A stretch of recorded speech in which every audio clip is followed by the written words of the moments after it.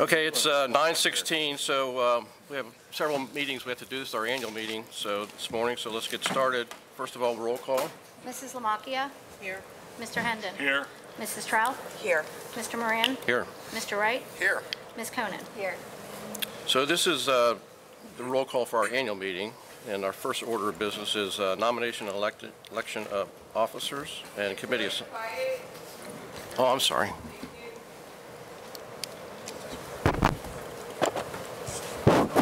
These aren't on. These don't. Those are These just are just strictly for the cable. Just for show. Okay. Okay, I got it. Like a talk show. Is that warmed up enough? Okay. Yeah. So this is the annual meeting that we hold once a year, and we're in the process of election of officers and committee assignments for the board. So the following officers are presented for election: President William J. Moran, Vice President Robert Hendon, Secretary Ross Wright. I move that we accept it. Is there a second? Second. We need a roll call for that. So Election? I think Betsy's moved and Mr. Hendon seconded. Okay. Yeah. Okay. Mrs. Lamacchia? Aye. Mr. Hendon? Aye. Mrs. Trout? Aye. Mr. Moran? Aye. Mr. Wright? Aye. Ms. Conan? Aye. And the committee assignments are attached there as well. We'll go through those. Report of the Human Resources Committee meeting.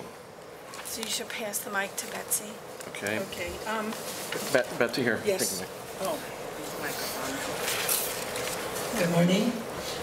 We met on December the 4th, the committee, and it is the recommendation of the committee, and I move that the board take the following action. Number 1, appoint Molly DeFosse, Chief Financial and Facilities Officer, as a fiscal officer. Ms. DeFosse receives no additional compensation for serving in that capacity. Appoint Alicia Sanders, Senior Financial Analyst, as a Deputy Fiscal Officer. And Ms. Sanders receives no additional compensation for serving in this capacity either. And appoint Kimber Alfender as an Eva Jane Romaine Coon Director at an annual salary of $237,000 for 2018.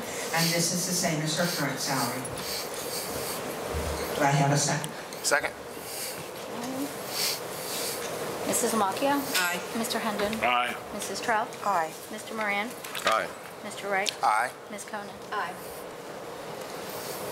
Okay. I guess, Bob, you get the next Facilities Committee, Bob? Annual appropriation resolution and estimated resources for fiscal 2018.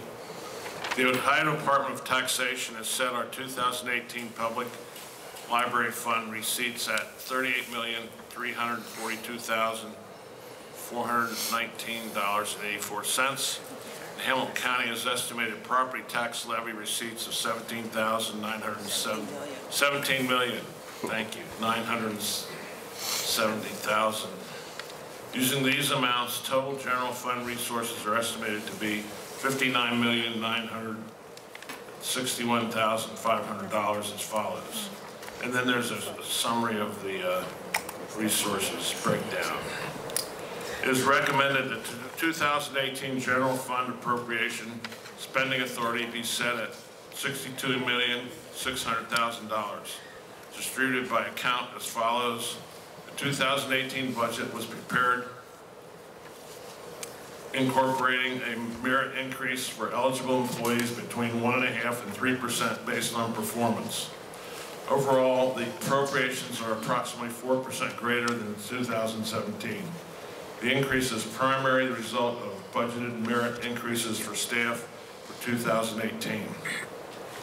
The salary increase done in 2017 and increased expenses associated with contracting security and recurring contracts related to the use of technology for public services. And then there's a list of 2017 general fund appropriations, which I'm not going to go through the list. In addition to the general fund, estimated resources and appropriations have been prepared for special revenue, capital, and permanent trust funds. These recommendations plus unencumbered carried forward balances for all funds are detailed in Exhibit A and summarized below. Trust fund principals, a total of $749,211 are excluded from permanent fund balances. And it lists some funds there. The special revenue and permanent funds appropriations include routine spending as well as appropriations from the Armstrong Fund to be used as necessary in working toward our strategy of becoming a top workplace in the area. It is recommended that the board adopt a resolution to provide for expenditures during the fiscal year ending December 31st, 2018. Resources of the public library be apportioned at the fund and object levels obtained in Exhibit A. Upon approval by the board, this information will be submitted to the Hamilton County Budget Commission as the library's 2018 annual appropriation resolution and certificate of sources available for expenditure. We need to move to accept. Second? Mrs. Lamacchia? Aye. Mr. Hendon? Aye. Mrs. Trout? Aye. Mr. Moran? Aye. Mr. Wright? Aye. Ms. Conan? Aye. Okay, we have a couple of things we have to do at annual meetings, and Bob, can you keep the microphone because you're still on. Okay. Do you want a paper?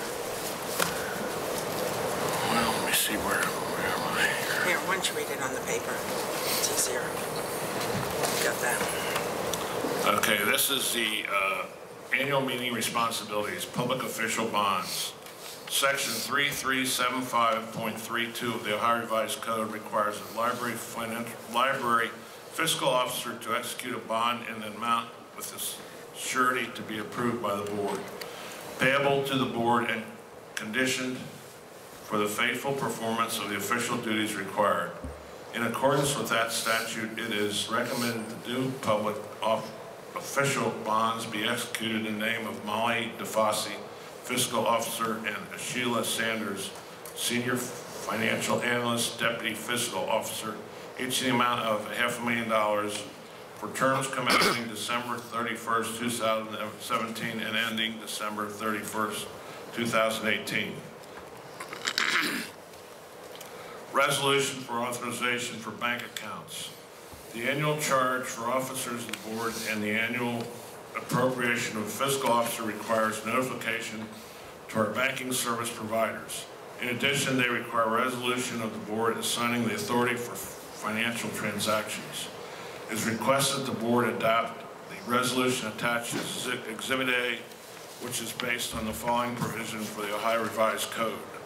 And I'm not going to read those provisions of the Ohio Revised Code.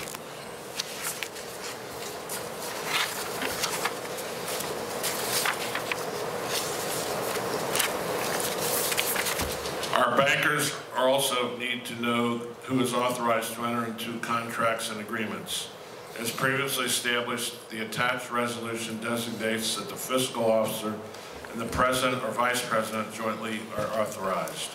Finally, the proposed resolution states that the Eva Jane Remain-Coon director or fiscal officer is authorized to sell donated stock. Resolution authorizing for 2018 tax levy advances. The first settlement of annual property tax receipts generally is not complete until May, but the Hamilton County Auditor makes advance payment for the taxes collected and held by the county treasury. However, in advance, it will only be processed with the organization's governing body has passed an initial blanket resolution and the authorization officially formally requests each advance in writing.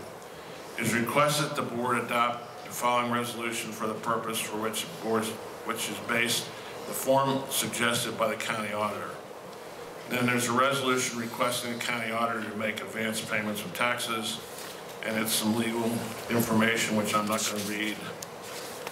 And that concludes that report. Do we need authorization for that? Yes. All right, moving the authorization. Second it. Okay. Mrs. Lamacchia? Aye. Mr. Hendon? Aye. Mrs. Trout? Aye. Mr. Moran? Aye. Mr. Wright? Aye. Ms. Conan? Aye. Okay, that concludes our annual meeting, so I'll adjourn the annual meeting. And Take the microphone. I'll adjourn the annual meeting, You know, all of a sudden I'm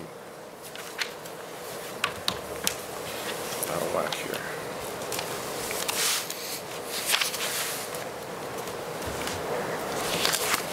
It should be the Records Commission. Yeah. The next meeting is the meeting of the Library Records Commission. And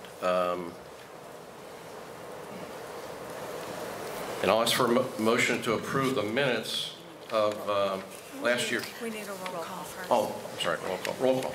Mrs. Lamacchia. Here. Mr. Hendon. Here. Mrs. Trout. Here. Mr. Moran. Here. Mr. Wright. Here. Ms. Conan. Here. I move to accept the minutes of the Library Records Commission. Second. You can do it all. This can be acclamation. Acclamation. All those in favor? Aye. Aye. Okay, that concludes our business for the, There's a second report. okay.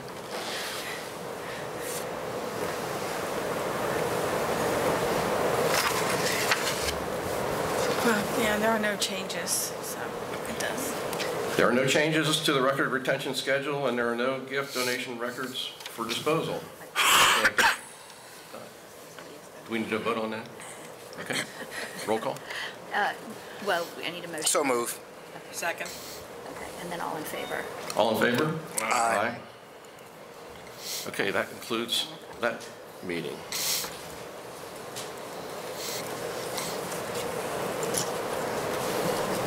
Okay, meeting of the member of the Public Library Cincinnati-Hamilton County Foundation. Another roll call. Roll call. Right. Mrs. Lamacchia. Aye, or here. Mr. Hendon. Here. Mrs. Trout. Here. Mr. Moran. Here. Mr. Wright. I'm still here. Mrs. Conan. Sorry. Another roll call. I know, it's Yeah. just, I have a streak of mischievousness from childhood. so Okay, gotcha. I understand the legal technicalities. but So I think we can, after I read the agenda here, I think we can just vote as one on the whole thing. So, first of all, we need to approve the minutes from last year's meeting. Secondly, election of directors. The following candidates have indicated their willingness to be reelected as director of the Library Foundation are presented for reelection. Election to the term expiring January 2020. Victoria Chester, Susan Cranley, Joseph Nainer, Kimber Fender, Crystal Kendrick, Thomas Law, John Lomax, and Peter Stern, MD. And then election for J.B. Bussey, Chief Financial Officer of Loth, and Melissa Dieters, Director of Leadership Giving, the Children's Home of Cincinnati. 2 board members have decided not to continue on the board, Janet Austin Moore and Sarah Annis Evans. So I move to approve the document. I second the motion. All those in favor? Aye. Aye. I abstain. Okay. Now, we'll go to our regular meeting. Roll call. Roll call. Yes. Mrs. Lamacchia. Here. Mr. Hendon. Here. Mrs. Trout. Here. Mr. Moran. Here. Mr. Wright. Still here. Ms. Conan. Here. So before I go to the public comments, and I don't have the list of people who signed up for comments, but before I do that, I'd really like to say a couple words. The board was somewhat frustrated with the community meeting last week, as I'm sure some other people were, since you really didn't get a chance to hear from us. So we've scheduled another meeting on Wednesday, December 27th at 6 p.m. in the staff lounge, which is located on the 2nd floor of this building. And there'll be plenty of signs directing you to where to go.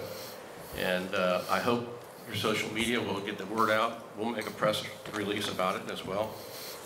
And there will be no third-party facilitator. I will facilitate the meeting.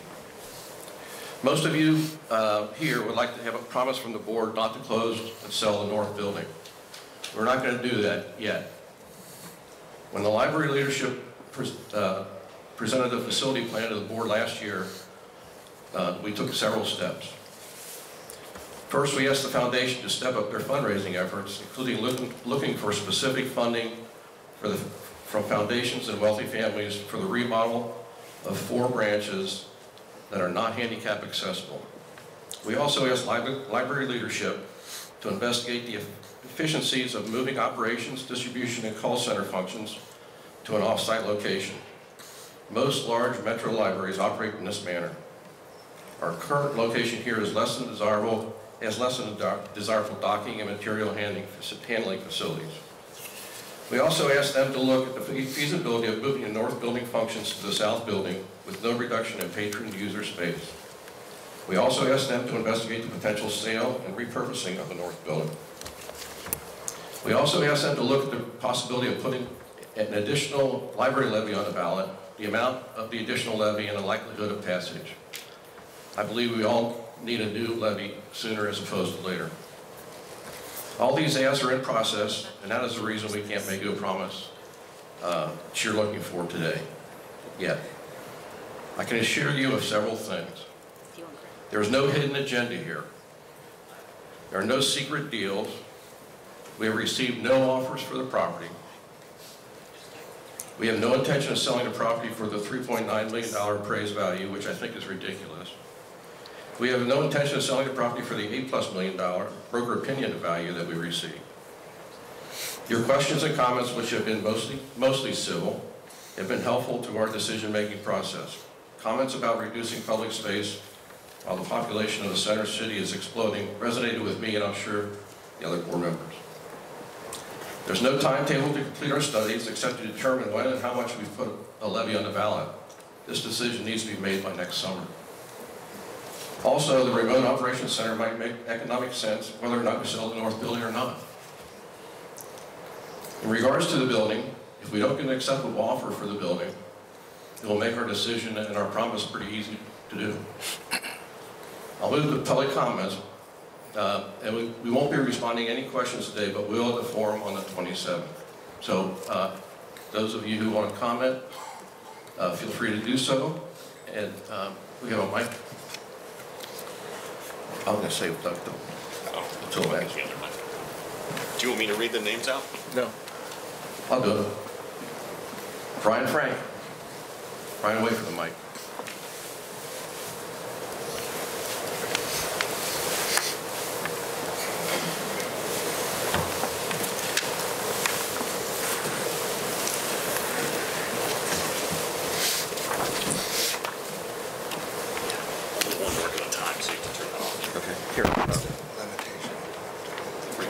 Please limit to 3 minutes, please. Yes, sir. I'll let you read them out. Is this on? Hello. Yes, good morning. My name is Brian Frank. I'm a Procter & Gamble retiree. I'm also a former lieutenant commander in the U.S. Navy, served overseas, served my country, faced down some destroyers in the Western Pacific from the Soviet Union. Could you route the microphone to the overhead system? Is this better? I am also a resident. I'm also.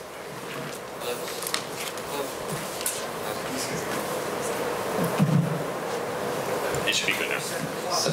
Yes. It's done. I'm also a resident of Mount Adams. I'm proud to say that we share a zip code with the downtown library, 45202. I've always considered Mount Adams to be part of the neighborhood that the main branch serves, though that may not be the opinion of the main library, since I've never seen anyone from this branch come up and talk to us as they've talked to other community neighborhoods. I frequently attend Clifton Town Meeting because I'm a business owner in Clifton. I'm a member of the Clifton Market, one of 1,800 members. I'm very proud to say that the library frequently comes to Clifton Town Meetings and shares news with the community in terms of what's happening at that library. I never see anything like that happen here in Mount Adams. I don't see it happening in Pendleton. I go to those meetings frequently. And I'm just curious why you don't have the same sort of outreach to the neighbors that other neighborhood branches are doing. I want to say that I'm opposed to the sale of the North Building. I think it would be a travesty to lose that public space. Back in the 1990s, when you tore down all those historic buildings in that neighborhood, was a travesty, but we knew the greater good would be to expand the presence of the library. Now you want to give that all away to a developer like 3CDC, who has no accountability to the community.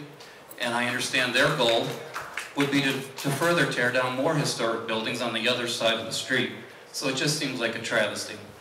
I did want to come today. I took off from work. I took vacation. I wanted to introduce myself since I had spoken to the Hamilton County Commissioners. I had presented them a paper. They shared it with you as members. I received a copy of that letter saying it had been shared with you. I did want to say I do feel there's many opportunities to make this library more efficient and more consumer focused and to really grow your enrollment or participation, however you want to talk about it. I also feel like you need more partners. I used to teach and has served at Cincinnati State College, and they would be a tremendous partner down here to offer classes. I think you really need to start offering more certificates to CPS students so they're job ready and those classes could be held here. So I just think there's a number of ways that you could improve this. I also wanted to come today in person to tell Ms. Kimber Fender, I sent you a letter asking you to resign. I feel you should resign. I feel you are not serving this community well, and in every day you serve in office, I feel you are just tremendously damaging the image and reputation of this fine institution. So with that, I turn back my minutes.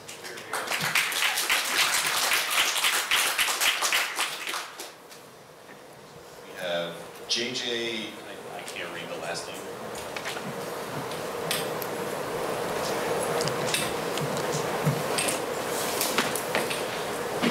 Thank you. My name is Jay Janis Jr. I'm speaking to you today as an individual. I'm not representing any governmental entity unit. I'm not representing any group. Just here as an individual. My questions, since I'm a frequent patron of the Deer Park, Sycamore Township, Ohio branch, my questions today are primarily related to that location. It's my understanding that the lease for that location expires in August of 2018. It's my understanding that the lease, at least at that location, is typically multi-year.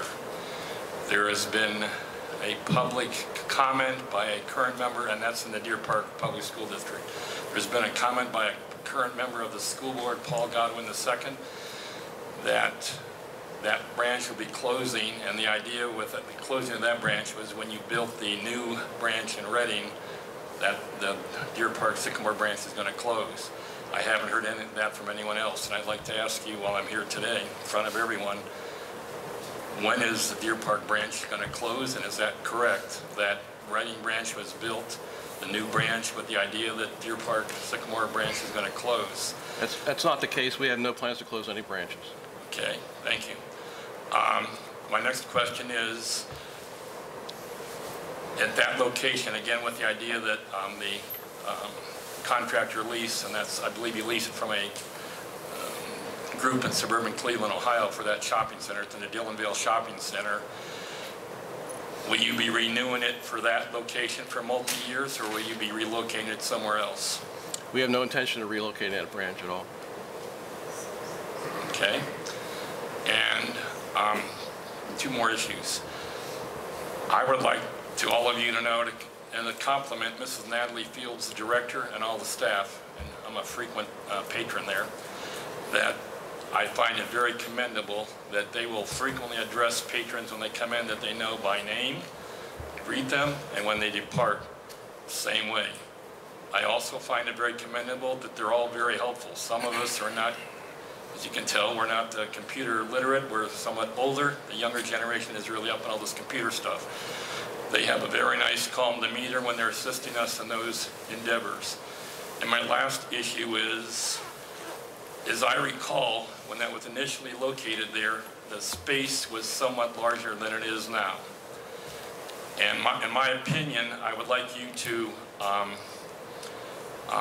consider to move some of the shelves, books, videos, because the computers are frequently, how should I say, there's more need, or more, the patrons, there's more people who want to use them that are available there. And last but not least, I noticed from one of the your nameplates up here, Mr. Edwards, I frequently have dealt with him by email for issues related to branch, and I find him to be very commendable and assisting when I have problems with malfunctioning computers at the branches. Thank you for allowing me to speak. Thank you. Stephanie Phillips.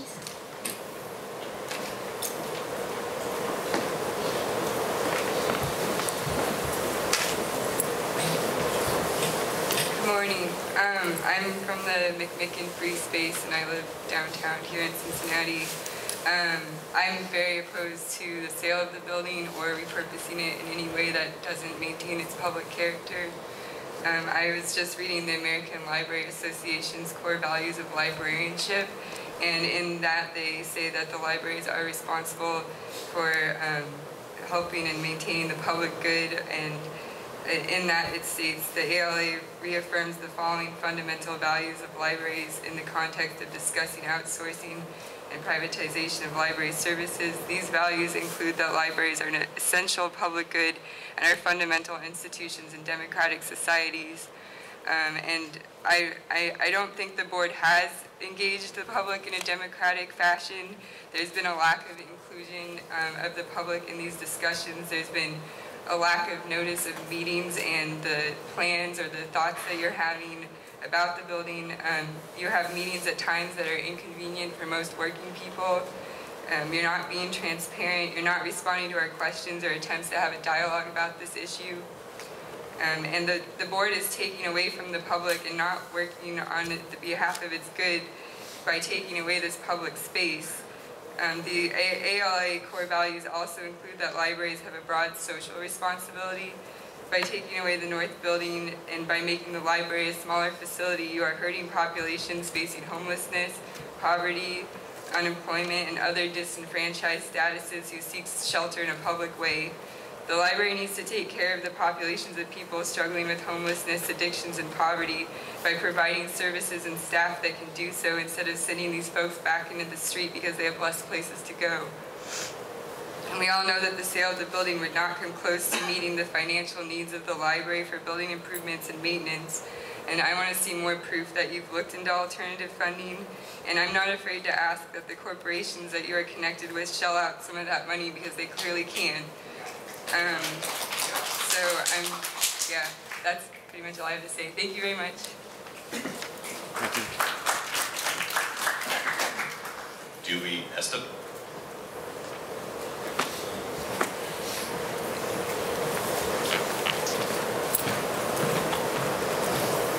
Good morning.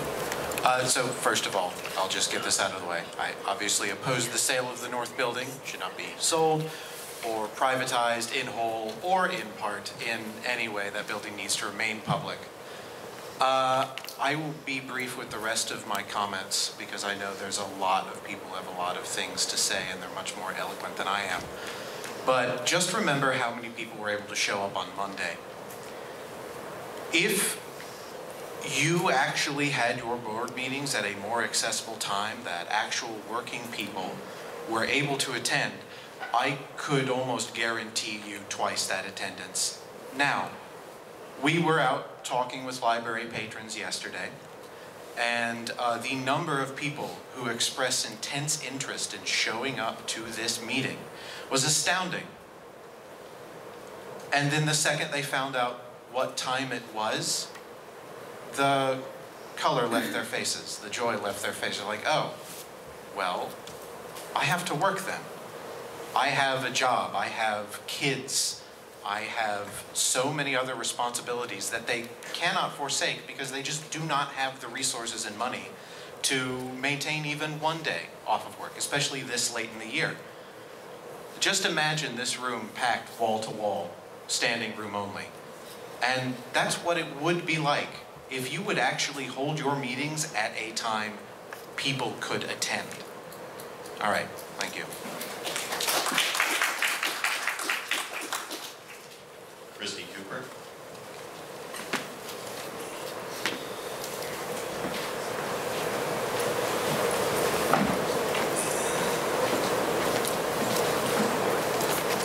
Testing? Okay. Good morning. Usually when I speak at board meetings, I say good evening because that's usually when they happen, in the evening. My name is Christy Cooper and I'm from the Library Defense Network. If you recall, when I spoke in August, I warned you that the public outcry you saw would not be a one-off and that the people who were angered by your handling of the North Building would not be going away. As I'm sure you see now with the more time that it has passed, the more committed they have become to keeping this building, and their numbers are growing. And just to be clear here, most large library systems do not operate in this way. They are not all consolidating their main buildings. This is not a norm in large library systems in any way whatsoever. So everyone here completely understands the financial issues involved. You've yet to demonstrate any significant cost savings with the sale of the building, especially when you look at the current valuation of the building, the cost of consolidating everything to the south building, and the cost of renting an off-site operations center. The levy you are proposing should help with this. You have the manpower in this room to get people to come out and vote for this, but you need to earn their trust first, and that involves not selling the north building. And to be clear, no one believes that the north building was ever just going to be repurposed and not sold. That point was more than driven home by the politically motivated firing of one of your north building team librarians on Friday, who had the gall to question why a group of men in suits were wandering around her team space and refusing to identify themselves, as any teen librarian working in a downtown urban library would. And yes, they were from 3CDC. I don't want to shock anyone or anything here. And Kim Fender, these people may be your bosses, and they gave you a hefty raise, but at the end of the day, you are actively undermining the purpose of public libraries, and you are tainting your own legacy. You may have won the Hall of Fame librarian by the Ohio Library Council, but it should be noted that she also ran a big membership drive for them amongst her staff to sign up for membership, because she runs the largest system in the state, so that brings in a lot of money for them. In exchange for signing up, staff got to wear jeans on Fridays. So sometimes bribes can be pretty banal. I'm sure once we uncover, which we will, if there's any money trail between the board, 3CDC, and the original buyer that was in question, the bribe will be significantly higher. The last time we found that a board was taking kickbacks, we never even had to find the full amount because they all just resigned first, which is also an option, just saying. We'll start FOIAing, and from what I understand, actually FOIAing the library foundation transfers might be a good place to start. If you were smart as you think you are, you would cut your losses and give up on the plans to close the north building and not waste $40K in public money on a PR firm that is obviously not very good at what they do. Or maybe they are good, but there just isn't a way to make you all look good within the constraints in which you insist on operating. A public library is strongest when it seeks to serve its most vulnerable populations, and its role should be to govern and advocate, not capitalize and hide. Thank you.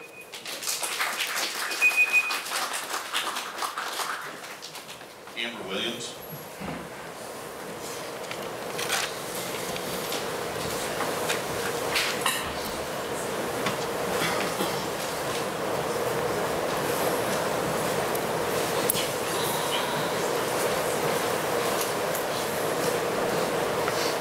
Good morning, everybody. Good morning. Let me know if you can't hear me. I'm glad to hear that the idea of preserving public space, the library, and the resources available in the north building while the downtown population is rising resonated with the board. That's really inspiring for me. I am here today to oppose the sale of the north building. The people paid for this space. This space belongs to the people. I hope that you can find it. I hope that you can find it in yourselves to use your considerable power and wealth to help us instead of continue to sell us out. Thank you.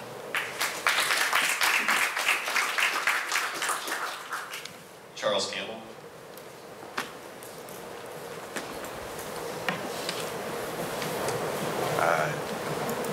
Hi, everybody. My name is Charles Campbell. I'm a resident of downtown Cincinnati.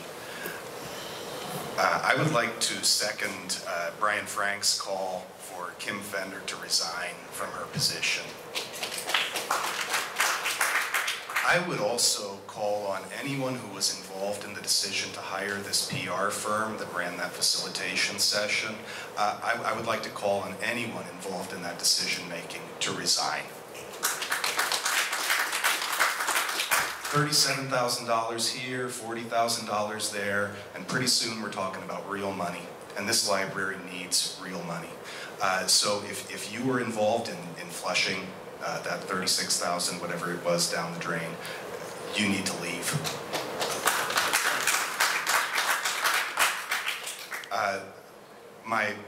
The last point I want to make is, you know, one of the previous speakers brought up the inconvenient time at which this board meets. I would like to point out that the newest member of the board, Karen Clemens, is not present today, and for an annual meeting it kind of surprises me that a member of the board would be absent. I don't know why Ms. Clemens is not here. Maybe her car broke down, maybe she has the flu. I would point out that she is a professional educator, and for many school systems in the area, this is finals week. And so I wonder if she just wasn't able to take time off from her job as an educator. So I would urge you to hold your meetings at a reasonable hour when ordinary working people can attend. Thank you.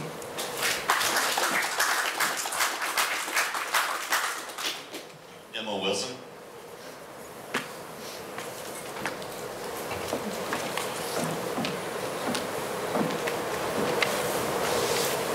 I'm Emma Wilson. You say that the last public meeting was frustrating for the board. Well, frustration only reveals itself when situations are not going your way. If this board valued the public, which is part of your job description, that last meeting would have been a wake-up call. We as the public are frustrated with each and every one of you. We are opposed to the sale or privatization of the North Building. What's the holdup?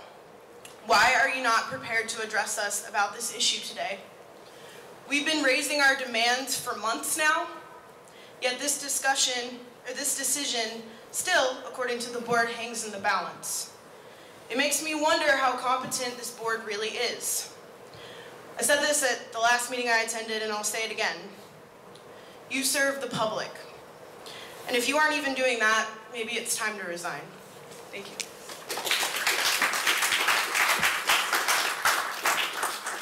Frank Ridgway.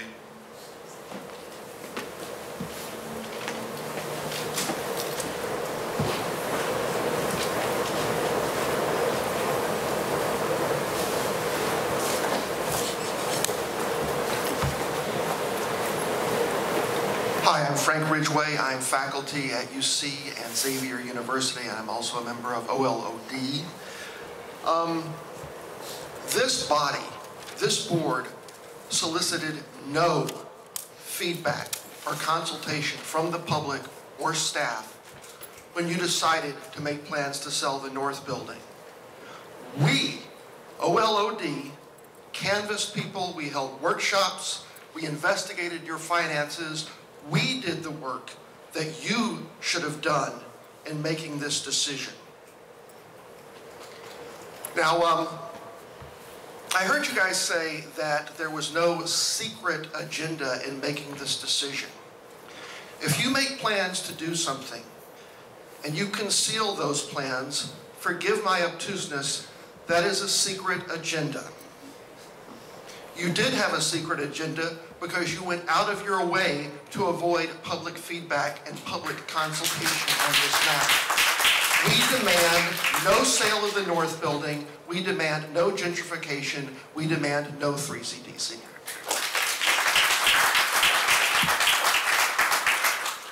Carolyn Gutcher.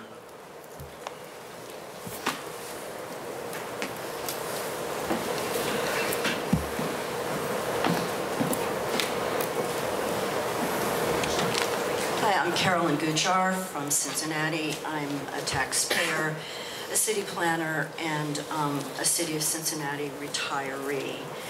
I'd like to speak a little bit about the marketing of the facilities plan.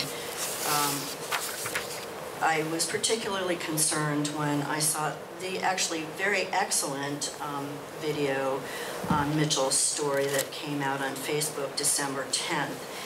What concerns me about that and about the write-ups in the winter issue of the library links is that the administration and board are moving forward to sell the plan as is, despite the very strong interest of the public in helping to shape the plan outcomes as is typical in a public sector planning process.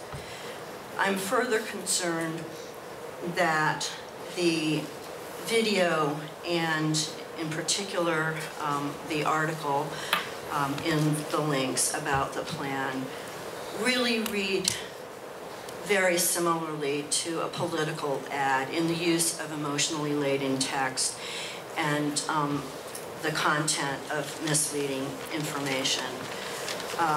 For example, the article says that the work to make all of our branches accessible to those with disabilities is the top priority of the facilities plan, and the facilities plan is comprehensive and sets aside money for all our branches in need of repairs.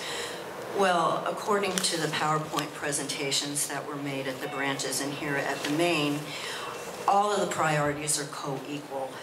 The accessibility priority was not given as the priority. In addition, the PowerPoint presentation says there is no money to do the $54 million in capital improvements. So then, therefore, money has not been set aside. In the director's column in links, there is a statement that new services like the makerspace will expand.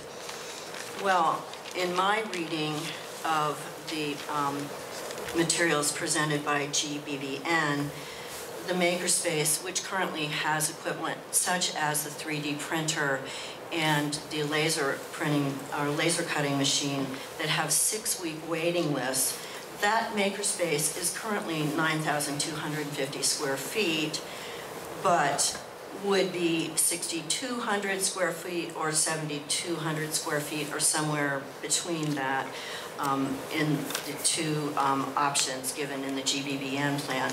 So I don't know how that works out to an expanded space. Thank you. Ben Stockwell.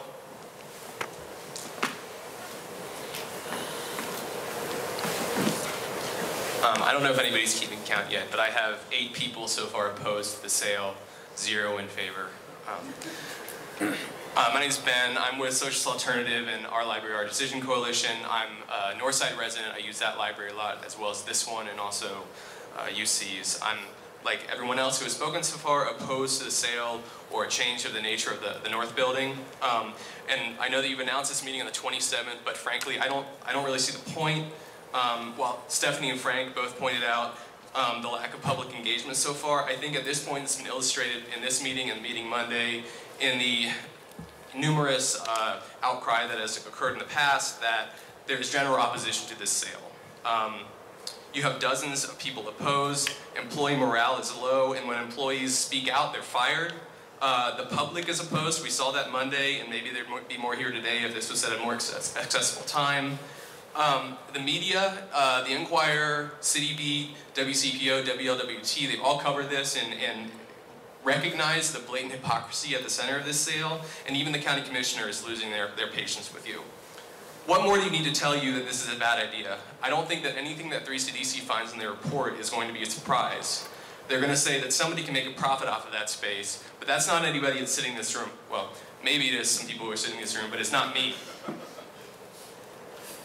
That profit's going to come at the cost of public space. And speaking to this, Mr. Moran, your son said that the space is potentially great because it creates a great opportunity for locally minded developers and end users who are looking for an urban spot to plant their flag. So maybe you have some rich people and corporations on board, but not the people. The people who are going to use that space in the new whatever happens to it are completely different from the kids and teens who are using the space over there now. And as you saw in the meeting Monday, and as you're seeing here today, the people are planting their flag here. We're saying no sale. It could be 3, 8, 10 million. Any money that you make off of this one-time sale is going to fizzle away eventually, and it's not going to cover any long-term costs. You said in your earlier comments you don't have all the information needed to make a decision right now, but I think that everybody here is saying just take that option off the table. Find the money somewhere else that you need to do all these other things.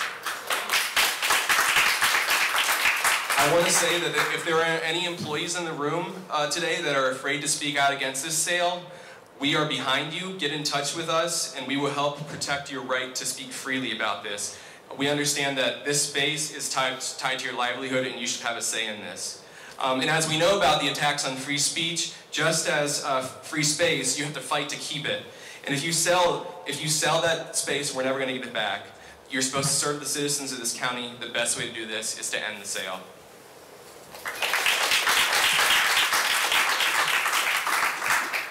Court, Motley?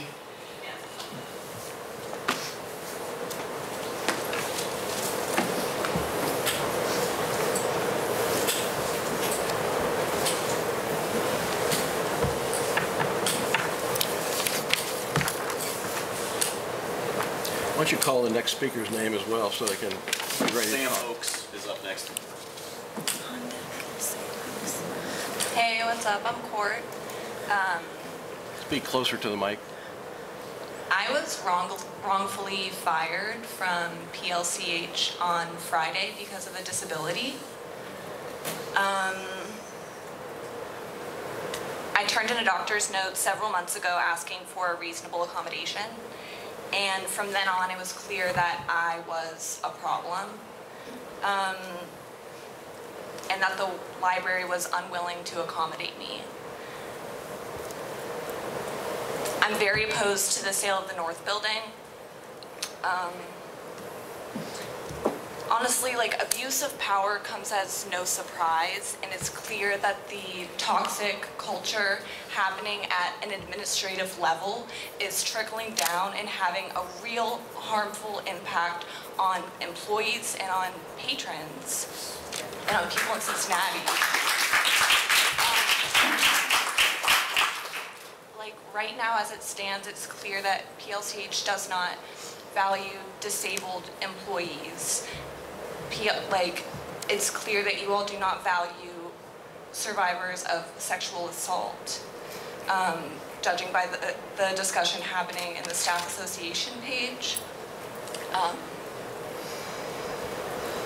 Yeah, all of this is really upsetting, honestly, and it's frustrating that, like, we all have to come here and just scream into this void when it's clear that,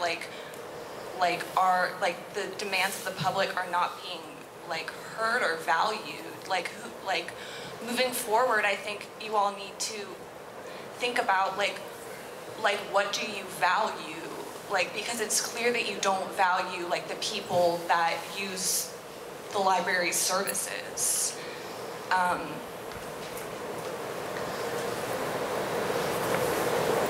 me see if there's something else I want to say.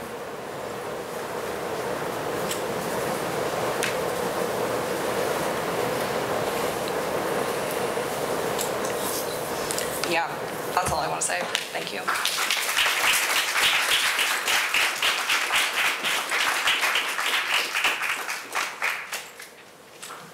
After Sam Oaks is Vince DeWitt,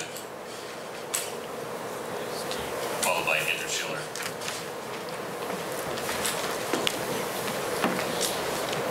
Hi, can you guys hear me? Hi, I'm Sam Oaks. I think that the sale of the North Building is ridiculous. I don't think that this should be considered at all. There has been an overwhelming lack of public input into this decision. The value of the building is way higher than what it's being estimated at, and I don't feel like the board is valuing public input. It's not a business. You can't just sell it. And the language used in the presentation on December 4th referred to us as consumers rather than patrons, and that kind of supports this. It's being treated as a business. So I encourage you all to consider the public library a public service that lots of people are depending on rather than a business.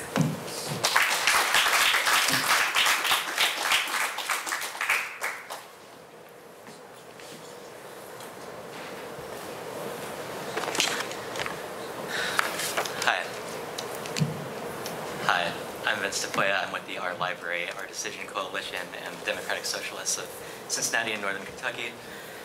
I oppose the sale of the North Building or any effort to privatize it, and I've been calling on the board to demand that any services not be moved out of that building until we figure this thing out.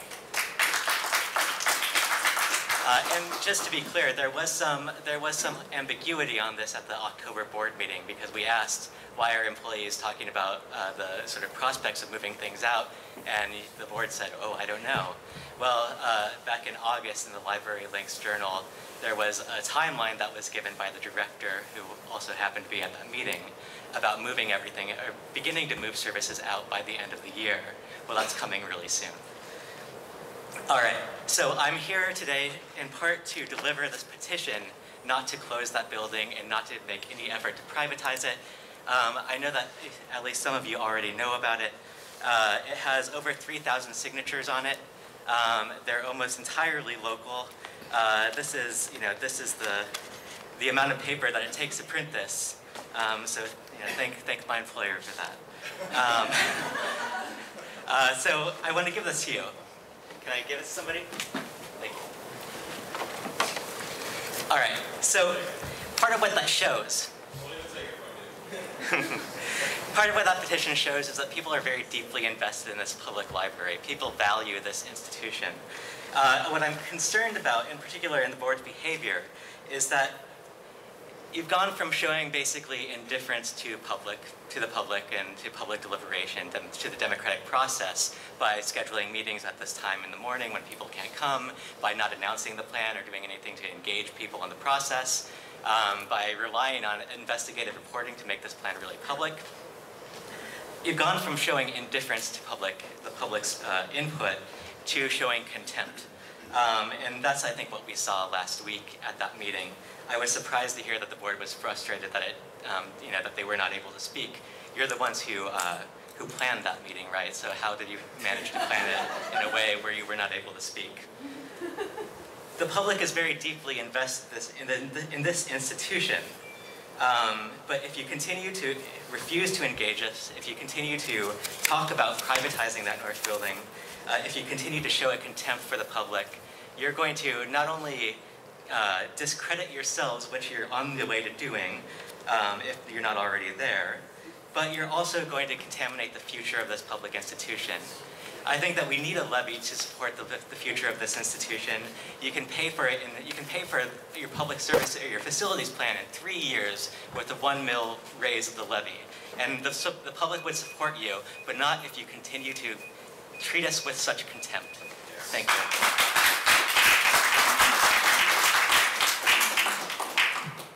After Andrew Schiller is Mary Sharpman and then Paul Vine.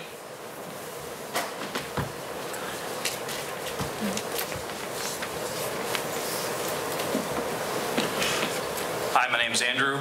I just wanted to briefly say, not just for myself, but on behalf of all the people that couldn't be here today, whether that's hundreds or thousands or hundreds of thousands who also oppose the sale of the North Library, we oppose the sale of the North Library.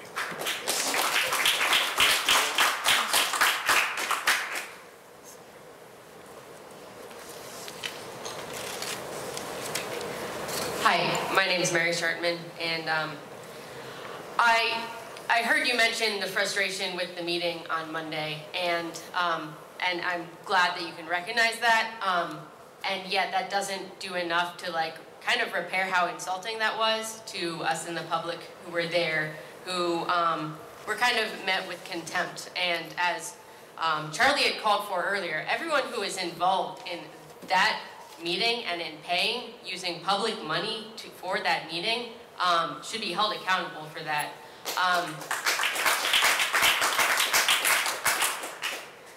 Yeah, and so, it goes directly along with the fact that the public is not being heard, that their opinions and ideas are not being valued, and I think even more so, they are not being sought.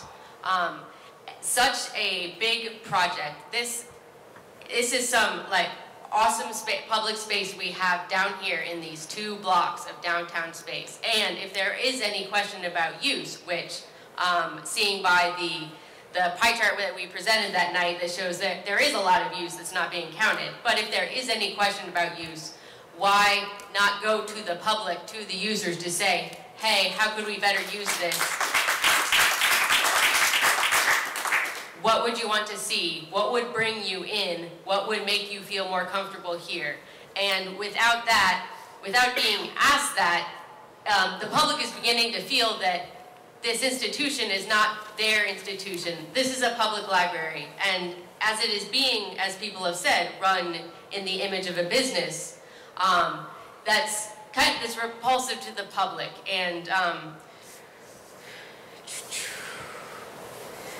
so I would demand that going forward, the public be asked what do they think, and then they be asked regularly, and they not be continued to be told what the plan is.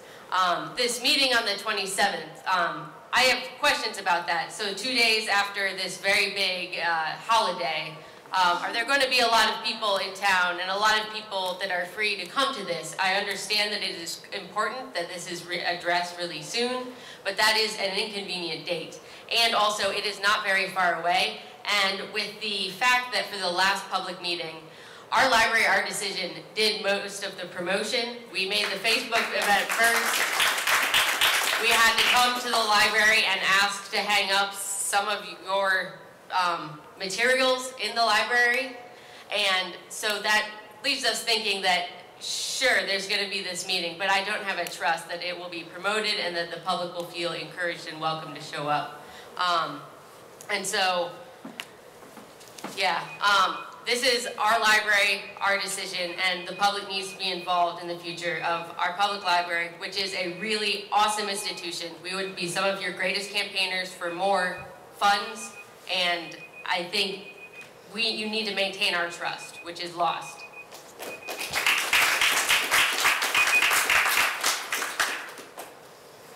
After Paul Vine is Sean Crow, followed by Griffin Ritz. Hello. Well, that doesn't really hold up well. There we go. Hi, my name is Paul Vine. I also had to take the day off work in order to make it here, but I wanted to make sure my voice was heard. I've been a patron of this library since, I believe, 2nd grade. It's been 15, 16 years now. I full-heartedly oppose the sale and the privatization of the North Building. You keep telling us you're listening. I want to second Mary's statements. You keep telling us you're listening, you're holding these public forums, but have you actually talked to people? Have you reached out to people, or do you just offer your time and say, well, hopefully people show up and say something? Because clearly you are holding things at a time that is inconvenient for most people, like myself. Luckily I have the ability to take the time off to do this. Not many people have that. I stood outside for an hour before the library opened and saw the number of people who gathered out there who use the library as a shelter in the cold weather like today. I was freezing myself. I can't imagine being on the streets all night in this weather. You want to say that you're listening, why don't you go out and talk to those people? Talk to the people who use the library and get their input. Don't make them come to you. You serve the public. That means you have to go out to the public and get their input. Thank you.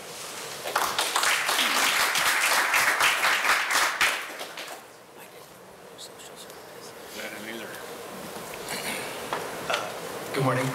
Thanks for your time. My name is Sean Crow. I am an academic librarian at University of Cincinnati. I'm also a member of the broad coalition, Our Library, Our Decision. How about now? Is that better? All right, I'll speak up.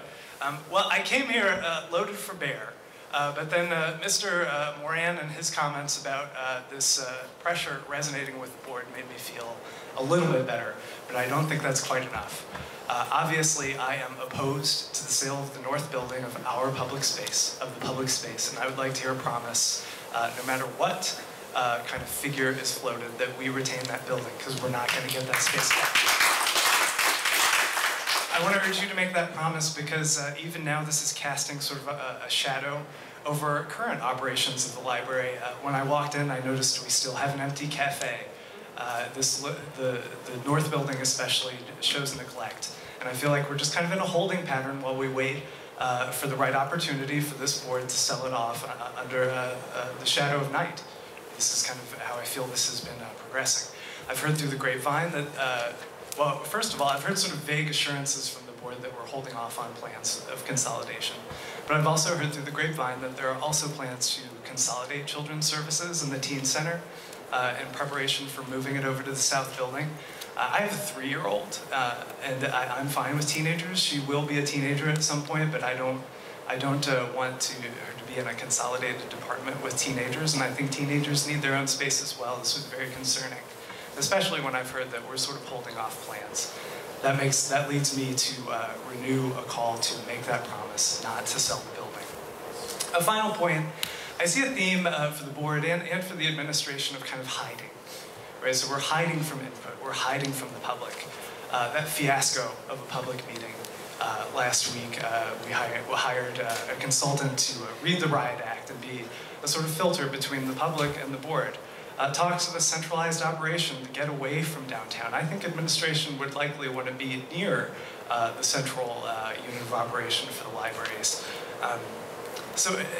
And just the general tone and tenor of the board and the way that this is all played out, I would urge you not to hide from the public, to be open. And that's why I think Mr. Moran's comments are assuring me that hopefully we're taking a turn.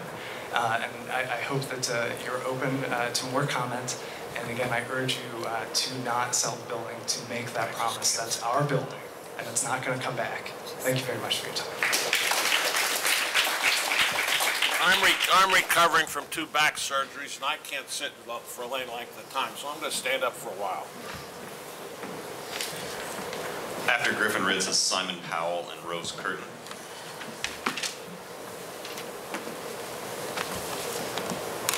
Hi, my name's Griffin. I'm with Socialist Alternative and the Our Library Our Decision Coalition.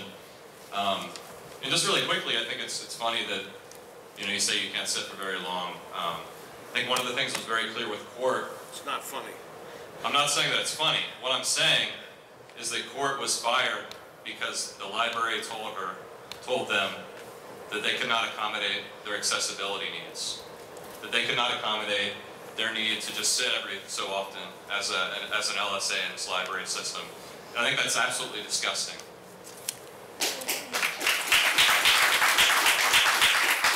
It's a reasonable accommodation for an LSA to be able to sit every now and then on the job.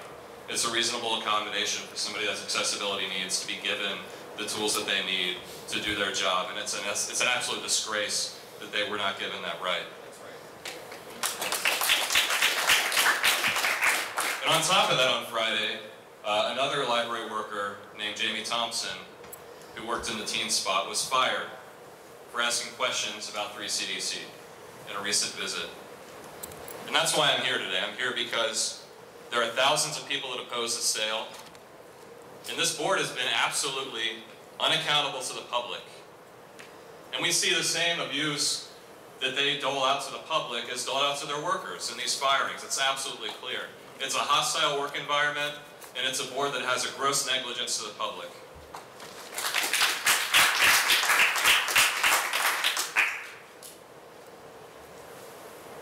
And the fact that, and I'm sorry, I don't want to hear any crocodile tears about how the board didn't have a chance to respond to questions last week.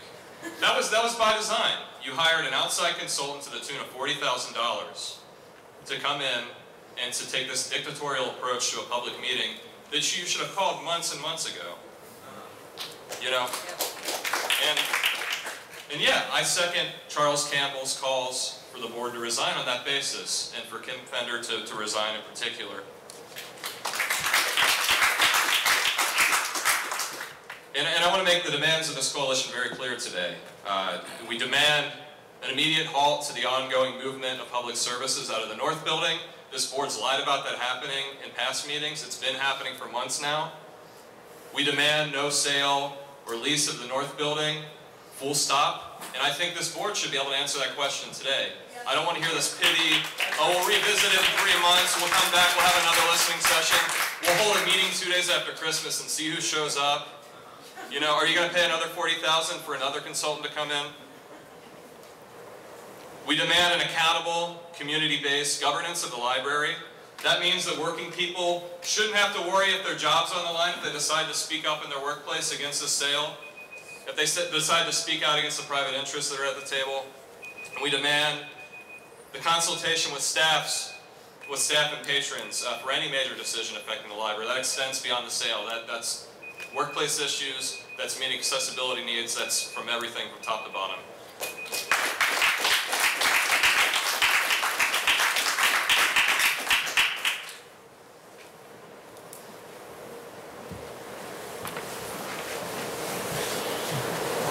After Simon's Rose Curtin and Bertie Lambert. Hi, I'm Simon Powell. I'm with Democratic Socialists of America and Our Library, Our Decision Coalition. And I just want to echo some of what Mary was saying earlier and others. We've been out there tabling for hours and hours, talking to people who are coming in and out of the library. And nobody supports the sale of the North Building. In fact, when we mention 3CDC, which we always try to make a point to do, there's this immediate sense of defeat. People automatically are conditioned to feel marginalized by 3CDC. And not everybody has time to join the Our Library, Our Decision Coalition. But there are lines of people waiting to talk to us. We barely have to try to engage anybody. This should be a really exciting time for the library. We should be having weekly forums where you are reaching out to the public, where you are out there with tables set up in the cold, like we have been, talking to people, saying, we want you to come in here, we want to hear your voices. We want to figure out what we can do with this North Building based on your personal experiences with it, based on how you see this area, what needs you see. And also, one more thing, don't call users customers, because that's awful.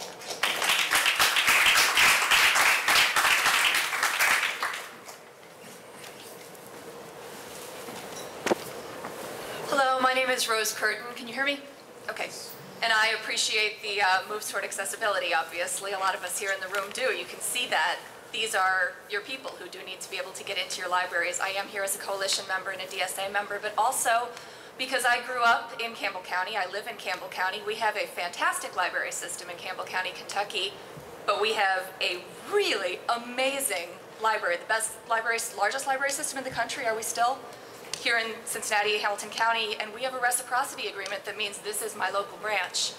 And in fact, before all of this started, probably the last time I was in this room was the big party at the end of the summer readathon in 1990 or so. And so, as the 10-year-old who read more books from your library system than anybody else in the readathon, I have a 10-year-old. I know how amazing this building was when it was the building. My 10-year-old is not living in the same world that I was, and I can tell you from my experience and her experience that there is not a better indoor place in Greater Cincinnati to have supervised foster family meeting than in the children's space. And I've really been looking forward to letting her and my 11-year-old loose with Jamie in the teen space.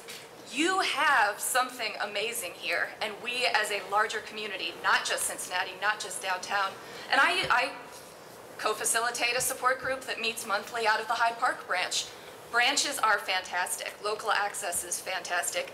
Having the diversity of options that lets people get what they need where they need it is something that you can't miss out on and you can't replace. And we are not going to be able to replace this North Building. And I'm old. It's a North Building. It's weird. It's new. It's not new, but seriously, it feels new if you've been here since before. But I cannot imagine going back and scaling back when we've got a makerspace, when we've got all of these wonderful resources. And I just would really like to reach out to you as someone who doesn't directly pay into the Hamilton County coffers, but is still part of this wonderful, diverse region that we have, to keep us all in mind and keep us all in the conversation. And please make space, because we need it and we will use it and we love it. This library means very much to me, and I want to see that continue. Thank you.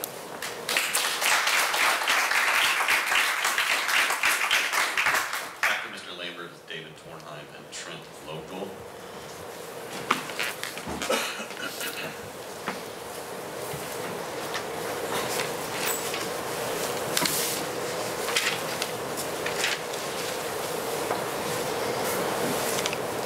The sign, in case you don't know where I stand.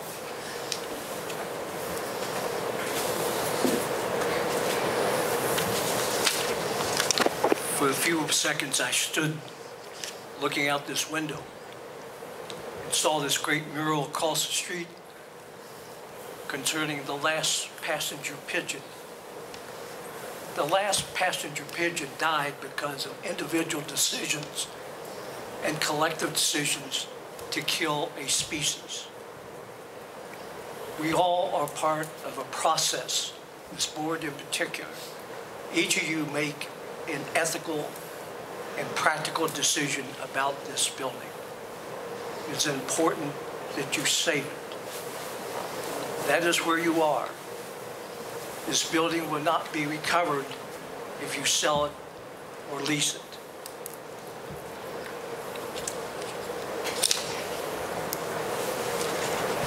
The chair, in opening this meeting, said a final decision had not been made yet. However, I see the problem here is that what you're doing is trying to finesse the public outreach versus the decisions that you have made, both definitely and quasi-decisions. So you can get past the public outreach about the possibility of selling this building. Secret agendas are sometimes done collectively, sometimes individually. We all have agendas as individuals. Some of you have agendas and loyalty to the institution of 3CDC, either through finance or position in class. It's important that the majority, and hopefully this is the majority, will override that bias. It is important to understand that in this community, a decision has to be made not just on data. It has to be made on the basis of humanity, how people look at this institution, how the community looks at this institution, and what their view is of what should be done.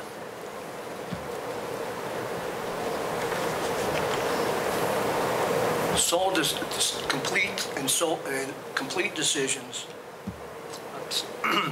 final decisions, are final in most cases, particularly in regards to physical structures.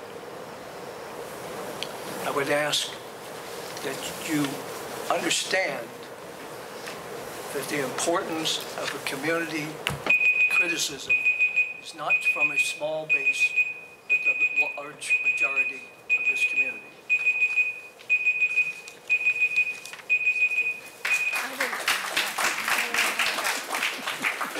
Where's the me? Hi, good afternoon, or morning. My name is David Tornheim. I've been a resident of Cincinnati for 5 years, and I grew up here. I used this library when I was a kid. First of all, let me ask, how many of you are opposed? Raise your hand if you're opposed to the sale of the... Wow, look at that. And how many support it? Nobody. Nobody supports it. What, you getting the message here? At all? I mean, we got the petition with what 3,000 signatures. Everyone in the room here, all of these people came. Many had to take off of work to come here, and it doesn't seem to be getting the message. I don't know what the logic is here. There's numerous groups who are opposed to this. We got the whole Our Library, Our Decision groups with the DSA, the SA, Library Defense Network, the McMicken Free Space. We have the Hamilton County Green Party is opposed to this. Camp Washington Community Council is opposed to this. The Northside Community Council is opposed to this. The OTR Community Council is opposed to it. I know you've gotten a letter from the Vice President from the Clifton Town Meeting, and I've spoken to other community councils, and they were all concerned about it too. Nobody's supporting this, so why don't you just take it off the table and do the right thing?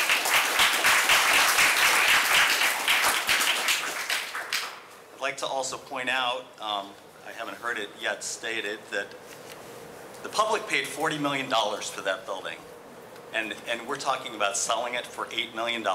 So we're talking about a $32 million loss. How are you benefiting the public by doing that?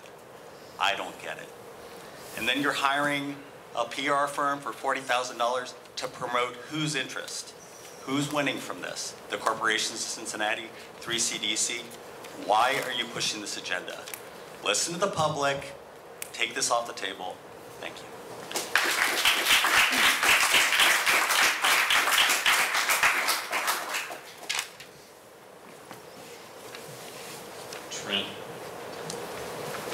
Trent's the last speaker on our list.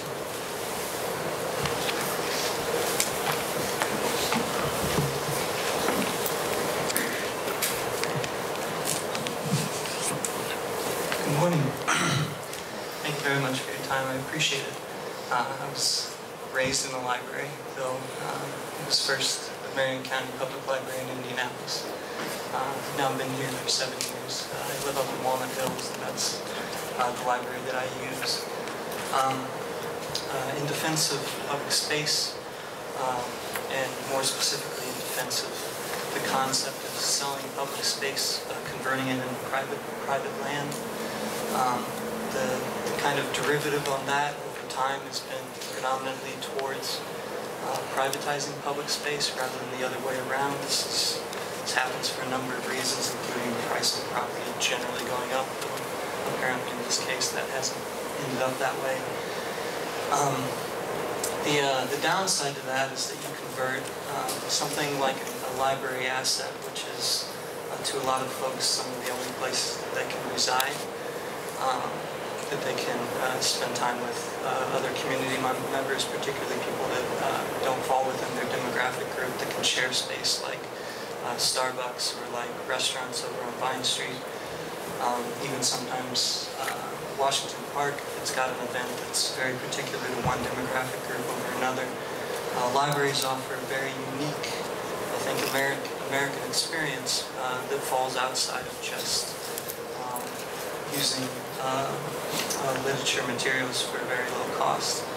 It's also a space that can be occupied throughout a day at no cost to the patron, in an environment where they can enjoy a number of different supplies that they might not otherwise have access to, including internet, including books, magazines, movies. It worries me that the conversion's at such a rate as it is. I think nationally we still have something like 25% of our space belonging to the public, which a big chunk of that was recently taken away from us once again. But a lot of that space is essentially massive tracts of land out west. In the Midwest and the East, the amount of public space is minuscule by contrast with the amount that's private. And so I would encourage you to consider that in the context of our city developing in the manner that it is, to protect a space that is offers some sort of a defense against gentrification, some sort of a defense against over-privatization. Thanks.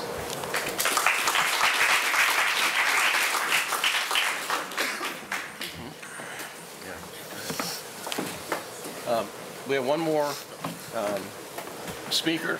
Introduce Doug Evans from Ohio Library Council.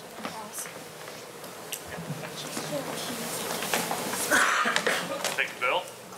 Good morning, ladies and gentlemen. As mentioned, I'm Doug Evans, Executive Director of the Ohio Library Council, and it is my pleasure to join you this morning. I appreciate you making time on your agenda for me. On behalf of the OLC Board of Directors and the staff, I want to extend my thanks to the board and certainly the administration of the library for your tremendous support over many years. And your financial support, certainly, of the organization helps us represent your interests and those of all of the 251 public libraries around the state.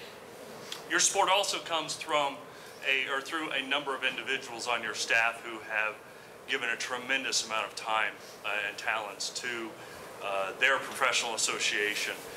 And that includes Kim Fender, chair of our Government Relations Committee for many, many years, and her leadership is greatly appreciated. Paula Bremheger, who is currently serving on the OLC Board of Directors and who has been nominated as Secretary Treasurer of the Board for 2018. Michael Christian Budd, who has served on the Action Council for our Tech Services Division, and Denise Skretchen, who is on our Action Council for the Management and Administration Division.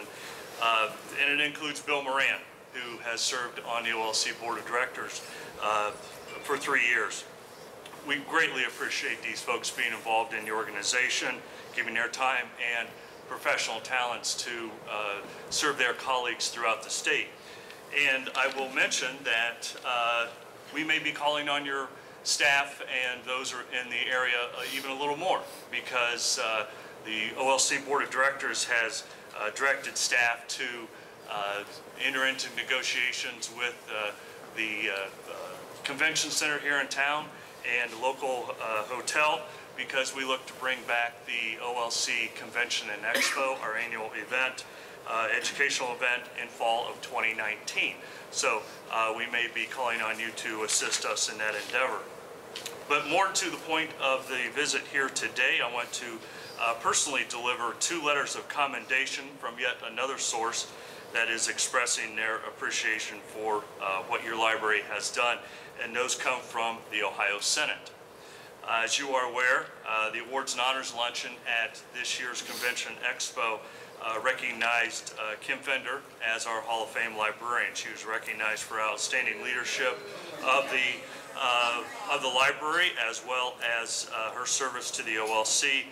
And to recognize Kim's achievement, I want to deliver a letter from the Ohio Senate, which reads, on behalf of the members of the Senate of the 132nd General Assembly of Ohio, we are pleased to commend Kimber Fender on receiving the 2017 Hall of Fame Librarian Award.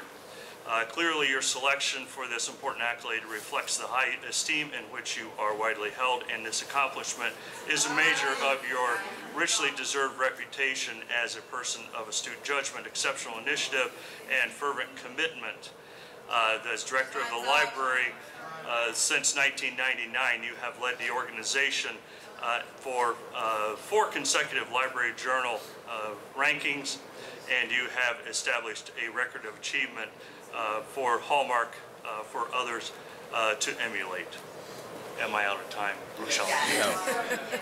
No. You're on the agenda. Please continue. You're on the agenda. Much.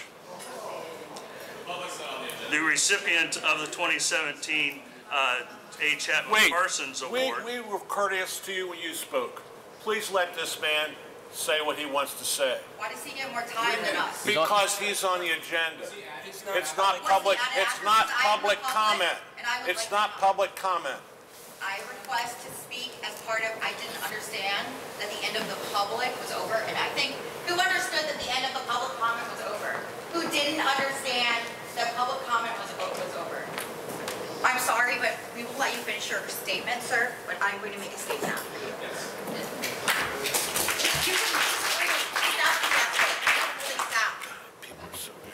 Go ahead. Thank you. The recipient of the 2017 A. Chapman Parsons Award from the Ohio Library Council and the Improving Our Community Award from the United Way of Greater Cincinnati, you have proven yourself to be diligent, resourceful, and dependable in the view of your singular talents and skills. Your performance as director has surpassed even the most demanding expectations.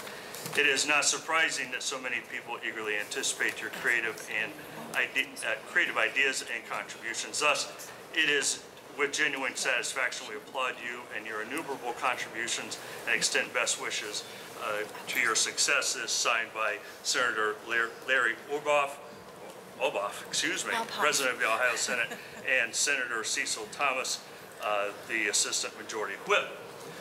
The second letter of commendation also recognizes the library's achievement for the OLC's Library Innovation Award. This award recognizes the library's successful We've Got the Hots for You program, and the letter of commendation from the Ohio Senate notes the outstanding services provided by the library in its commitment to the community and its citizens. In recognition of the time, I will not read through the whole letter, but a summary. Again, I appreciate the opportunity to be here today and have some time on your agenda. On behalf of all the members of the OLC, thank you to the Public Library of Cincinnati and Hamilton County and what you have done to contribute to the success of the Ohio Library Council. Thank you, Doug. Thank you very much. Thank you.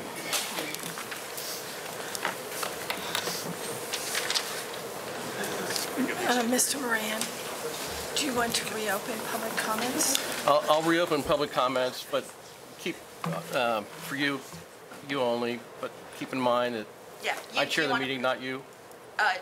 Do you have to be so rude? See. I was waiting for you to put the 3 minutes back up. Thank you. My name's Jamie Thompson. Until Friday, I worked in the teen spot in the North Building. Our area predominantly serves Black youth. Every year we have a meeting with Kim Fender. I wasn't going to speak at this. I have a prepared statement for about my firing. If you're interested, you can go to the press conference after this meeting. So I will not be addressing my firing. Instead, I will talk about our recent yearly meeting with Kim Fender. Kim spent, my manager, who is no longer at Teen Spot, spent about 5 minutes telling Kim about things we were doing. Kim had no interest in talking about what was going on in Teen Spot, either good or bad. She wanted to talk about her daughter's wedding. She spoke for 30 minutes about her daughter's wedding. Some of my colleagues tried to break in. They asked about services that directly affect our patrons and also that direct patrons throughout the system, but Kim wasn't interested. I'd like to address something that I specifically spoke to Kim about. We've been having, the teens that grow up in our space don't want to leave. And I understand, sometimes we're not just their second home, we're their first home. So we recently went on teen-only hours, kind of to protect the space, de-escalate some tension that was in there, but we've been having a problem where their teens that age out don't have anywhere to go in the library. I personally have tried to partner with other departments at Maine to create spaces for these emerging adults. When I began speaking to Kim about it, she interrupted me and said, I understand, my daughter's in that age group. She can't find books to read. She is too old for young adult books, but adult books are boring for her. I'm gonna have to confess that I pulled a Kanye and I said, I'm gonna let you finish, but we're not talking about youth like your daughter. We're talking about youth that have been systemically oppressed by racism, poverty, violence. We're talking about opportunities for them for job skills, opportunities that your daughter had. The teens I work with, very few of them have these opportunities, or I did work with. I hope to continue to work with them in other capacities. It was very frustrating to have our meeting, the only meeting we have with you a year, the only time we see you, except when you happen to come through our area, be dominated by your personal stories about your daughter. You and I have worked on projects before, Kim. I respect you as a person. I worked at the OLC conference. I had a great time meeting the librarians from the other systems within Ohio who loved our system. They were envious of our Teen Spot. I've worked the Girl Scout after hours with you. You and I have had friendly conversations. As a person, you are nice, but as a director, I think it's time to step aside.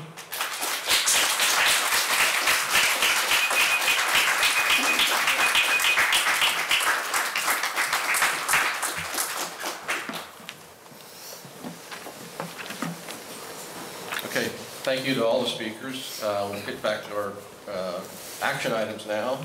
We have a couple of resolutions, 2 resolutions to be presented. We'll read it at the board meeting. Want to read the resolutions? Absolutely. Resolution honoring Alan G. Ziering IV. Alan G. Ziering IV was first appointed to the Board of Library Trustees on December the 15th, 2010 by the Board of County Commissioners of Hamilton County to fill a term expiring on September the 30th, 2017. Mr. Ziering served for 7 years as a valued member of the Board of Library Trustees, including president of the board in 2017, and previously served as director of the Library Foundation and chairman of the Foundation Board. And Mr. Ziering served on the successful Library Levy Campaign Committee in 2009, helping the levy to pass with a 73% vote in the affirmative. And while he served on the board, the library received national recognition including the National Medal for Museum and Library Service Award in 2013, and consecutive 5-star ratings from Library Journal in 2013, 2014, 2015, 2016, and 2017. And while he served on the board, library use reached record levels, resulting in the library being the second busiest in the United States in 2016. And Mr. Ziering supported the building or renovation of library branches in nearly a dozen Hamilton County communities, including Bond Hill, Avondale, Pleasant Ridge, Clifton, St. Bernard, Reading, Loveland, and Green Hills, creating accessible spaces and upholding the library's mission of connecting people with the world of ideas and information. And throughout his tenure on the board, Mr. Ziering expressed his support and commitment to the library's vision to excel in customer service, to be the first choice for information, to anticipate and meet the changing needs of the community, assure equitable access to the library's resources and services, and be a dynamic force in the community. Now, therefore, be it resolved, in recognition of his years of devoted service, the members of the Board of Trustees thank and commend Alan G. Ziering IV for his dedicated service to the Public Library of Cincinnati and Hamilton County. Be it further resolved that a copy of this resolution be spread upon the minutes of the Board of Trustees of the Public Library of Cincinnati and Hamilton County. So do we need to actually, we can do both together. Okay. You want to do them both together? Fantastic. I'm in reading mode.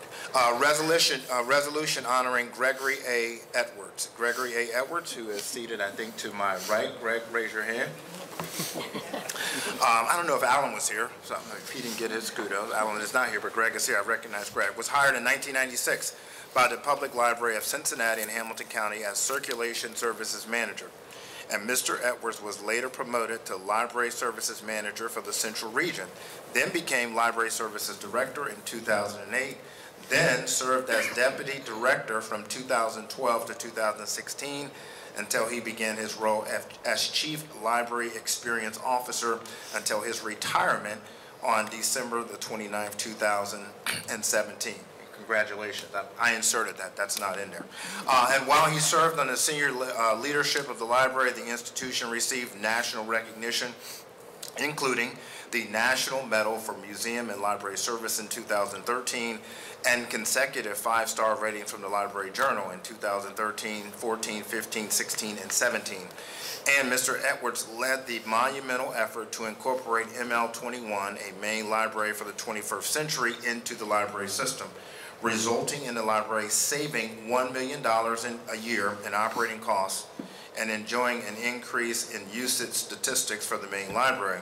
And Mr. Edwards helped create a series of initiatives to streamline and simplify customer service at the library, including an automated sorting and distribution machine, a switch from paper customer notices for holds to email and text notices, self-checkout machines, and express holds mobile service, and award-winning hot services. And during Mr. Edwards' tenure, nearly a dozen branch libraries were built or renovated, including Bond Hill, Avondale, Pleasant Ridge, Clifton, St. Bernard, Reading, Loveland, and Green Hills, creating accessible spaces and upholding the library's mission of connecting people with the world of ideas and information.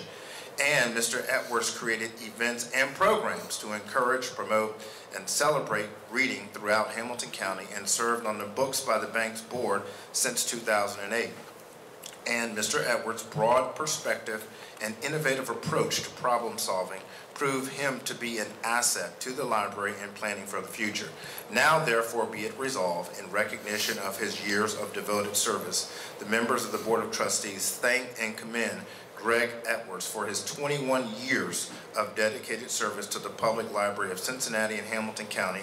Be it further resolved that a copy of this resolution be spread upon the minutes of the Board of Trustees of the Hamilton County Board of Cincinnati and Hamilton County.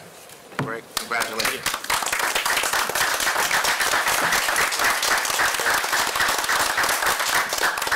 That concludes the resolutions. I echo that. We sorely miss Greg. Next we have Do you the... need to approve those? Oh, To put them in okay. the I would move, since I read them, that they be approved into the minutes so that they can be spread upon the record. A second. You can do acclamation. Okay, all those in favor? Aye. All right, pass the mic. Okay, we'll have the Eva Jane Romaine Coombe Director's Report. There you go. Sorry about that. Good morning. We're still at morning, yes. I'd like to introduce Stacy Dennison, our new Development Director. Stacy is seated here in the front row. I think some of you had already met her at last week's meeting, but this is her formal introduction to the board. Stacy had been at Ignite Philanthropy before she joined us here. She has extensive experience working with nonprofits. As you mentioned, we're looking for the foundation to step up their fundraising efforts, and hiring Stacy's position as a part of those efforts to increase the amount of money that we're able to raise. She has been involved in a number of other fundraising activities, including the Music Hall revitalization and the Cincinnati Museum Center Union Terminal restoration. So welcome to Stacy officially. And then, thank you. She's been here now for 1 week and 1 day. So, we did receive a 5-star rating from Library Journal for the 5th consecutive year. This ranks libraries all across the country. There are more than 7,409 public libraries that are ranked. Only 259 receive a star designation. In our budget category of 30 million and up, only 5 libraries receive a 5-star rating. So we are pleased to be included in that most exclusive group of libraries. We were first in electronic circulation per capita at 3.9. So all those rumors about Cincinnati being behind the time are simply not true. Any questions about that? We're getting the word out now. The Friends Agreement, we have a new agreement with our Friends attached as Exhibit 1. We've been providing services to the Friends on a month-to-month basis since 2015. This new agreement continues the tradition of providing services at a deep discount, but it does increase the payment to the library by nearly $600 per month to $868, and that would need approval. Any questions there? I've been asked by United Way's Tocqueville Society to be the featured speaker at their upcoming February meeting. I'm honored to be among those selected as a 2018 featured speaker. Mary S. Stern has made a gift of $1 million to the Library Foundation. Mrs. Stern, as you know, is the widow of a longtime library trustee, Joe Stern, and she's directed that the funds be added to the endowment, with the income funding the annual Mary S. Stern Lecture. We want to extend our thanks to Mrs. Stern for this incredibly generous gift that will provide an important annual event to our community. At the October regular meeting, members of the public gave us ideas for additional services uses for the North Building. We compiled those ideas and compared them with the services we already offer, and we've attached as Exhibit 2 the list. Cincinnati Magazine selected the Drag Queen Storytime at our Northside branch for our Best of the City in Entertainment. This idea was suggested by a patron, and the Storytime featured Miss Amaya, who shared stories of diversity, inclusion, and self-acceptance, and about 80 people attended. And then the 9:15 meeting time is difficult for our newest board member, Karen Clemens, although she was planning to be here today until just yesterday when a situation arose that required her attendance this morning and a student situation. I'm requesting that the board consider changing the meeting time to 4 p.m. I don't know how that would work with your schedule. That was the earliest time that she felt confident that she could get back here. We would change that starting with the February meeting and would accordingly update all of the information where our board meeting times are posted. It's an issue with payment. Might be late, I guess. For February or for all of them? Well, for any Tuesday. Tuesdays are a busy day. Tuesdays are a busy day. So, should we change it to 5 o'clock? Could we? Would that work better? What? 5 o'clock? Or 4:30? 4:30 4:30. Okay. That's convenient to everybody. Okay. 4:30. Does that work for everyone? Is that okay? I'm not inconveniencing anybody. Not me. And I think if she, she was trying to make it as early as she could get here, so. That might be better for her too then. Yeah, okay, thank you. So this does need approval. Yeah. Okay. What you have?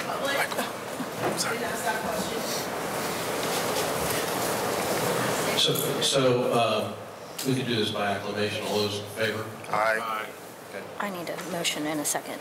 We need a motion and a second before you acclaim it. Would somebody move approval? Okay, move to Oh, I approve. move to approve. Okay. Second. All those in favor? Aye. I'm going to give it to Hendon. Okay. Okay. Mr. Hendon next. Facilities and Finance Committee. There's several reports here, Bob. Yeah, revisions to the 2000, revision of the 2017 estimated resources and annual appropriations. I'd like Molly to go through that, please. Yeah, I got to find it first. It's okay, you have to wait for a minute. Sorry about this. Shoot. You want to just look Yeah, now I got it right here. Okay. Okay. So revision of the 2017 estimated resources and annual appropriations. Authorization for the following revisions is requested. In the general fund, increase supplies by $100,000. Decrease purchased and contracted services by $257,000. Increase library materials by $7,000. And increase capital outlay by $150,000 for a net change of $0. Incidental expenses, increase other benefits by $1,000. In the gift fund, increase contribution gifts and donations by $75,000. And increase purchase and contracted services expenses by $75,000. In the general fund, the increase in supplies and capital outlay is to accelerate planned 2018 purchases, and the increase in library materials is to account for the purchase of career online high school scholarships funded through the foundation. The increases are offset by a reduction in purchased and contracted services based on realized savings in both telecommunication services and gas and electric expenses. The increase in the incidental expenses account is to account for the impact award, and the changes in the gift fund are to account for increased funding from the original appropriations from the foundation. The next table is the revision of the permanent trust fund balances. The following principal amounts were received in 2017 and increased the principal by $4,380 in the ABLE fund and $1,000 in the King fund. To close out the 2017 general fund, authorization is requested to revise the appropriations as needed from now until the end of the month. Any revision will be reported to the board in February of 2018.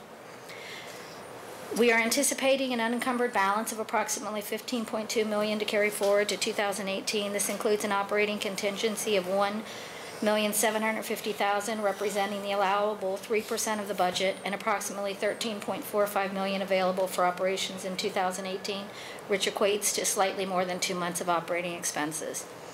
The Ohio Revised Code Section 3375.4L states that a library board of trustees may, at the end of any fiscal year, unless doing so would be contrary to law, set aside any unencumbered surplus remaining in the general or in any other fund of a free public library under its jurisdiction for any purpose, including creating or increasing a special building and repair fund, or for the operating of library or acquiring equipment and supplies. In accordance with this provision, it is recommended that all encumbered funds be carried forward to the general fund. I move that we accept the report. Second. We'll vote on it. Mrs. Lamacchia? Aye. Mr. Hendon? Aye. Mrs. Trout? Aye. Mr. Moran? All right. Mr. Wright? Aye. Ms. Conan? Aye. So we, All right. wait a minute. Since we're still on finances, I would like to ask the board as of right now to take the sale of the North Building off the table. We need a commitment from you. I told you earlier, we're not prepared to do that today. I understand that you... The public comment section is over. Okay, well then we need a commitment on the 27th. You've had months to make this decision. I mentioned in my comments before that there's no timetable for making that decision. Well, if it's clear that you're not going to listen to us and that you have no interest in what we've had to say based on your comments just now, then maybe it's time for us to walk out and go hold a press conference to let the public know what went on here today and what we expect from the 27th. You can do whatever. Hands off our library! Hands off our library! Hands off our library! Hands off our library! Hands off our library! Hands off our library!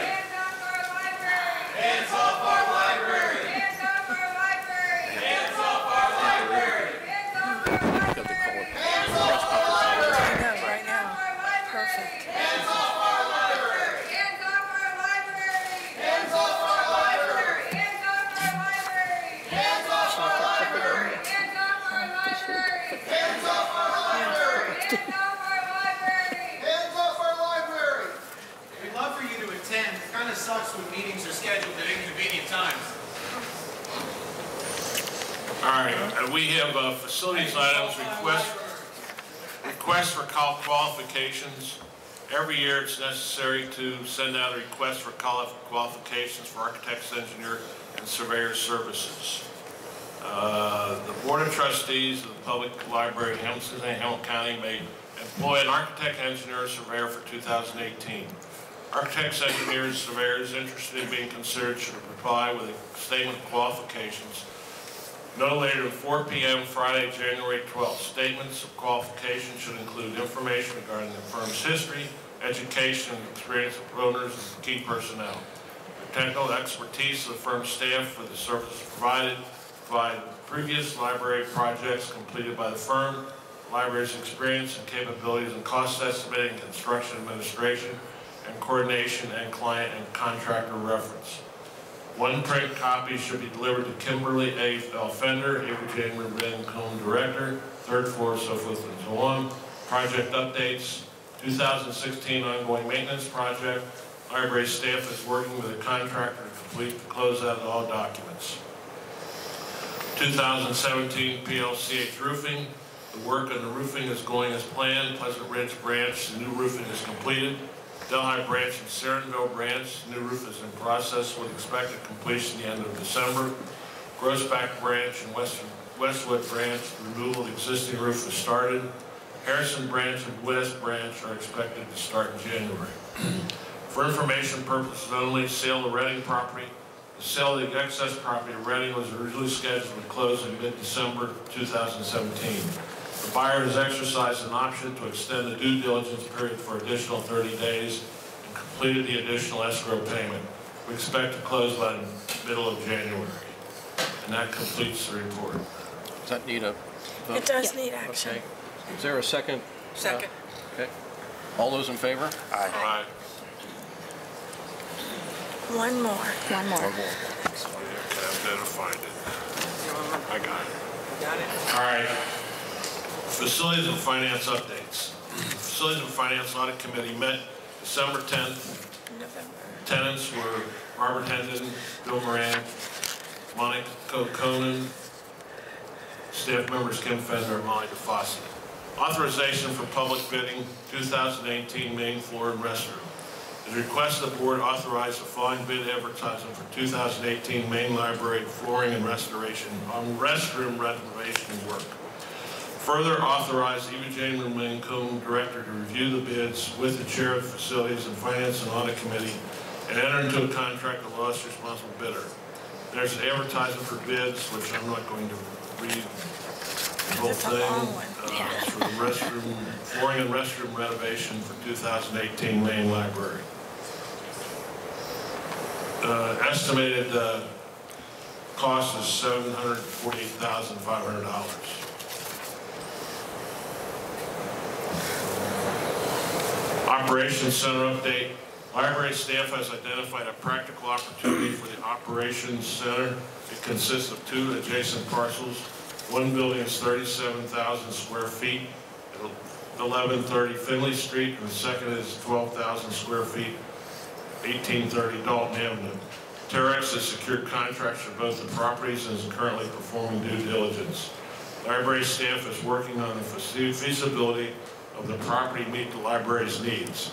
Even without action in the north building, library staff is confident that the larger building will improve operational efficiency and have system-wide benefits. Staff will delay moving forward on the smaller building until more information is available. The estimated annual lease cost for larger buildings is approximately $235,000, and the cost of both buildings is approximately $365,000. That concludes my report. Second. Move to accept. Second. Okay. All those in favor? Aye. Okay. Library Experience Committee. Ross? Yes. So, do we need a microphone? maybe Everybody not. hear I us? can project. Well, I'm pleased that today we have a guest speaker, as we typically do. Justine Justin, pardon me. He's right there. Pardon We me, changed Justin. him to Justine. I'm sorry. I was struggling with how I said, is this Justine? I said, well, I mean, just give it a whirl. Justin, or is it Rampa? At least I'll get that right. Fantastic. Justin began working for the library as the Information and Reference Department team lead in April of 2016 at the main library. Prior to working for the library, he spent 19 years working at Lane Libraries in Butler County, starting as a shelver and working his way up into various management positions. He received his undergraduate degree in English literature from the Miami University in 2006, followed by his MLIS in 2012 from Kent State. Justin was appointed to the newly created position of Customer Experience Manager earlier this year, and I will yield the floor to Justin. Who needs the mic? Thank you. You need to speak into that microphone for the... Is this on for YouTube? Yeah. Can you hear me? Well, it's just for him. Just for recording. It's for Jason. Thank you for the opportunity to speak before you today. As Mr. Wright said, my name is Justin Rampa, and I'm the Customer Experience Manager. I'd like to start with the definition of customer experience that I'm working with, which is the perception that individuals have of their interactions with the organization. While we tend to all intangibles that impact our customers' lives every day, my role as Customer Experience Manager is to work at understanding the emotions and needs of all our people using our libraries and foster an inclusive environment across the system which delivers a positive emotional impact to our users. Emotions can be difficult to study, but by creating an objective representation of the customer's journey, we can start to have a focused discussion about our emotional impact as a library. And this process is called customer journey mapping and works to identify two key features of the customer's journey. Touch points, which is any point of interaction a customer has with the service we offer, and pain points, which is when a customer encounters a barrier to service. I'm currently developing our brand of customer journey mapping, which involves a single-page map of our branch or department, where I draw simple customer traffic patterns with lines and then write an accompanying narrative. As part of this process, I've also developed a behavior quadrant, which examines two factors: staff engagement, which measures how much staff had to help the customer on their journey, and visit duration, which is how long that customer stayed in our space. Currently, a person walking into Sims Township to pick up a pole, asking for no help and walking back out again, looks the same statistically as a person who walks into Avondale, requires help finding a pole, and then stays until close. The behavior quadrant allows me to capture more comprehensive information about the customer journey. And through customer journey mapping, we can create a more robust picture of how our communities are using each of our 41 locations across the county and create a data-driven customer experience. The process of customer journey mapping is a big part of my second round of visits across the system, but I'm also having a formal sit-down meeting with staff where we can discuss customer experience. In those meetings, we discuss the following 3 points. First, we talk about the emotional impact we want to have in the library system.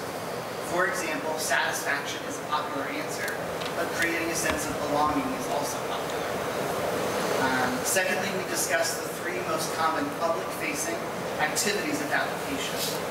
For example, getting a library card is a huge deal, and we offer lots of options to individuals in lots of different situations. But how can we communicate better to those individuals that we have the perfect card for their needs, so that no one has to walk away without access? And then finally, we talk about the 3 biggest pain points that customers have to face at a location. Technology can be a huge barrier to a lot of our customers. For example, how can we remove the barriers for someone who's rushing in to print off their resume right before an important job interview? As I work through the system, on my second round of visits, I will use all this information to continue developing a structure through which we can deliver a consistent, intentional, and impactful customer experience to all who use our services. Thank you all again for your time, and I'm happy to answer any questions you might have. Great. Keep up the good work. Yeah, that's great. Continuing on November 18th, the library hosted a group of immigrant families that were getting their children passports. Funding for the passports came from Jake and Miriam Hodesh, who received a grant from the Jewish Federation. A total of 30 passport applications were accepted. The library is partnering with the Refugee Connect and the Immigrant and Refugee Legal Center to host a citizenship application assistance event on December 16th at the Westwood branch. Applications and legal assistance will be provided at this event. Speaking of events, there are a number of them coming up. Poetry in the Garden contest between January 1 and February 28th. There's a poetry contest that hopefully people will participate in. The Whole 30 with Melissa Hartwig. Author and nutritionist Melissa Hartwig will visit Main Library on January 6th at noon to discuss her new book, The Whole 30 Day by Day, and The Whole 30 Fast and Easy Cookbook. Writer in Residence events on January 20th, Emma Carlson Byrne, the Library Foundation's 2018 Writer in Residence, will host the first of her monthly office hours at the Coreyville branch, providing individual and small group writing assistance. On January 20th, also at 2 p.m. at the Main Library, Emma and the 2000 Writer in Residence, Kurt Deenan, who wrote, will go inside the writers' heads discussing books and writings, or maybe that was the title of his event. Black History Month, there's a great deal of programming throughout the month of February, including a program series at Maine on the contributions of local African-American women, storytime, art, and music programs at a number of locations, presentations on local African-American history and African-American inventors. And finally, Beer Fit for a Queen, the art of brewing in the greater Cincinnati area. In February, a new exhibit in the Joseph F. Stern Jr. Cincinnati Room will explore Cincinnati's rich brewing history. And that concludes my report, which I do not think requires any voting. It does not. So we'll go on the Strategy and Technology Committee Okay. Monica? The LSTA grant has received our application for a Library Services and Technology Act LSTA grant submitted in partnership with the Carnegie Center of Columbia Tusculum to purchase a laptop kiosk to be placed in the center has been approved for the requested amount of $28,670. Excuse me. Chief Strategy and Technology Officer Paula Brent Hager will attend the State Library Board meeting on December 12th to provide a brief presentation of the project. That's why she's not here. She's not here, exactly. She's getting money. Yeah. The workforce development update. The Ohio Means Jobs OMJ Career and Job Readiness Workshops recently held at the Mount Healthy branch in October and November were very successful with the maximum number of attendees at each of the 3 sessions in the series. Additional OMJ workshops are being planned for early 2018. Reach for the Library. Our partnership with CET to support the REACH Reading Expands All Children's Horizons initiative focused on pre-K-1 literacy concluded at the College Hill, Pleasant Ridge, and Westwood branches in October. Approximately 24 families and 30 children regularly attended the 7-week series. Additionally, work with CET on the REACH project is planned for 2018. Pop-up preschool. The YMCA has identified an instructor for the pop-up preschool and is developing the curriculum for this project to be held at the Deer Park branch beginning in February and running through March. And that's the end of the report. Okay. Is there a motion to approve the consent agenda item? So move. So moved. Second? Second. Do we need to take a roll call on that? Okay, all those in favor? Aye. Okay, I don't think we need a motion to adjourn because I can do that as chairman. But our next meeting, we'll have a brief meeting on December 29th at 10 a.m. That meeting is to discuss whether or not to do an RFP on the sale of the North Building. The next regular meeting will be February 13th at 4:30 p.m. Yeah, we'll change that now. in the main library. We're adjourned. Mrs. Charles looks like needs to sign.